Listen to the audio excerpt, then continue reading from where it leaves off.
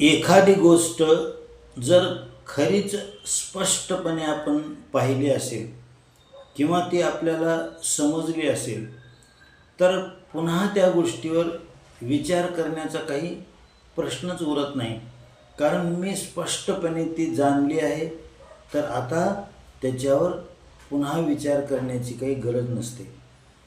परंतु आपल्याला जीवनामध्ये जे काही आपण प्रत्यक्षामध्ये जगत असतो तिथं पुन्हा पुन्हा विचार करण्याची गरज पडते.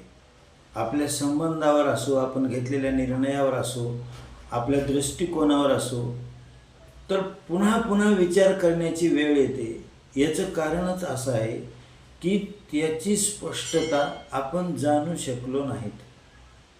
परंतु माणसाच्या मनाची ही अशी गत आहे की त्याला सत्य जरी दिसत नसलं तरी तो कधी म्हणत नाही की मला सत्य दिसत नाही.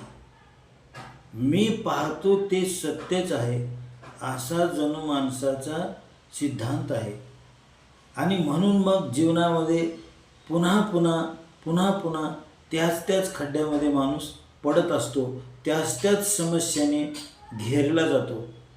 परंतु कधी मला हे स्पष्टपणे कळलं नाही म्हणून तर ही पाळी येत नाही आपल्यावर, असा तो विचार करू शकत नाही. आणि म्हणून जीवनामध्ये जर बोध घ्यायची तयारी असेल, जीवनामध्ये जर सत्य जाण्याची तयारी असेल, तर माणूस पुन्हा पुन्हा त्या चुका करणार नाही.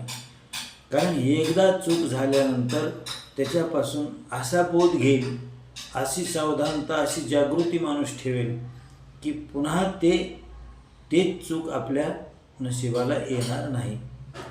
म्हणून जिथे जिथे माणसाला बदलावं लागतं, बदलण्याची गरज पडत असते, तिथं आपण चुकीचे होतो, असाच त्याचा अर्थ आहे.